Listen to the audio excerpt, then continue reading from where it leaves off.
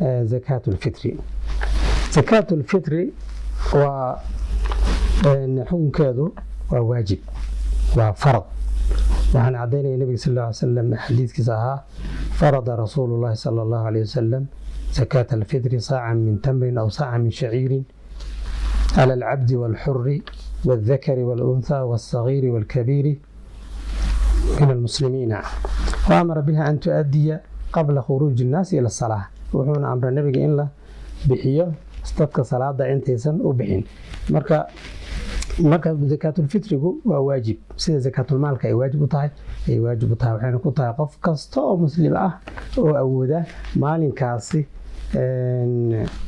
wixii oo bacda habeenkaasi maalinkaas ciida ah wixii quud ah oo cuni lahaa wax ka dheeri haysta waa inuu ka bixiyaa dadka ay ku waajibtay nafaqadooda inuu ka bixiyo ayaa laga rabaa.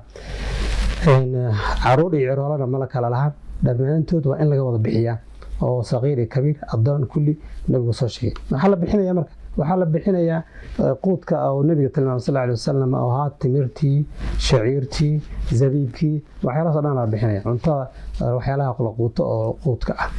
waxaana magaalo kastana quudka oo dadka ay u badan yihiin ayaa la rabaa in laga bixiyo zakada sida ugu fiican. quudka dadka ay u badan yihiin laga bixiyo ayaa fiican, cunto ahaana loo bixiyo.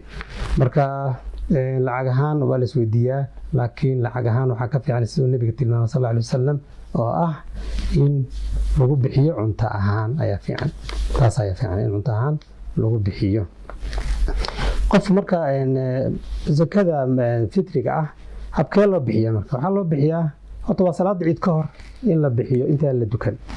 waxayna waajibtaa habeenkii ay dhalatay bisha shawaal ay dhalatay ayay waajibaysaa si toos ah habeenkaas bilaabanaysa. laakiin culimada qaar waxay yiraahdaan maalin ama laba maalin ka hor intaan ciidda ay dhalan waa la bixin karaa dhahan, laakiin waxa ugu fiican in marka ay waajibtay kadib la bixiyo.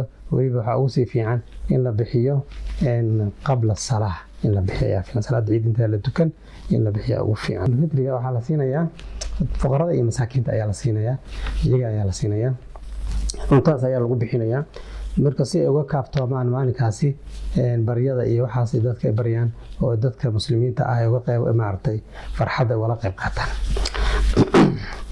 marka waxaan gudbay takaaful ijtimaaci ayaa ku jira marka meesha takaaful ijtimaaci zakada la bixinayo zakaatul maal ahaato ama zakaatul fitr ahaato dadka muslimiinta ahaa inaan laga dhaxelin qof dhibaataysan oo baahan inaan laga dhaxelin oo dadku dad wada xasan inay ahaadaan ay macnuhu tahay. marka halkaa kaga gudbo waxaan marka soo gabagabeynayaa maa bacda ramadaan maadaama ciid la galay oo ciid la gelayo oo ramadaan ugu dhamaado markaas oo kale maxay tahay marka qofka muslimka laga rabaa. waxaan is leeyahay ramadaanka qofkii ka soo faa'iideystay alxamdulillah ilaa barakeeyo, qofkan ka soo faa'iideysana waa inuu ilaahay toobad keeno subxaanahu wa ta'ala. fursad qaali ah meesha ku dhaaftay. marka ramadaanka kadib qofka maxaa laga rabaa? waxaa laga rabaa inuu horta isweydiiyo maxaa iska kaa bedelay, maxaa iska bedelay maalmihii armaan 30 maalmood ama 29 maalmood soo soontay maxsuulkii ama natiijadii ilaahay subxaanahu wa ta'ala quraankiisa ku sheegay ahayd la'allakum tattaquuna ma heshay. waa inuu isweydiiyaa oo dib isugu laabtaa hadduu helo alxamdulillah wuuna ku sii socdaa dadaalkii uu soo hayo ahaa qiraa'atul qur'aankii, adkaartii, salaadii, salaatuleylkii, qiyaamka waxa dhan uu soo wadana inuu meeshiisa ka sii wado oo dadaalkiisa sii laabo ilaahayna u kaashado subxaanahu wa ta'ala ayaa laga rabaa. وقف ودب وصل لابن استقامة إله كبر سبحانه وتعالى. مركا حلقة يكسب كوين إن شاء الله. وصلى الله وسلم على نبينا محمد وعلى آله وصحبه وسلم. سبحانك اللهم وبحمدك أشهد أن لا إله إلا أنت أستغفرك وأتوب إليك.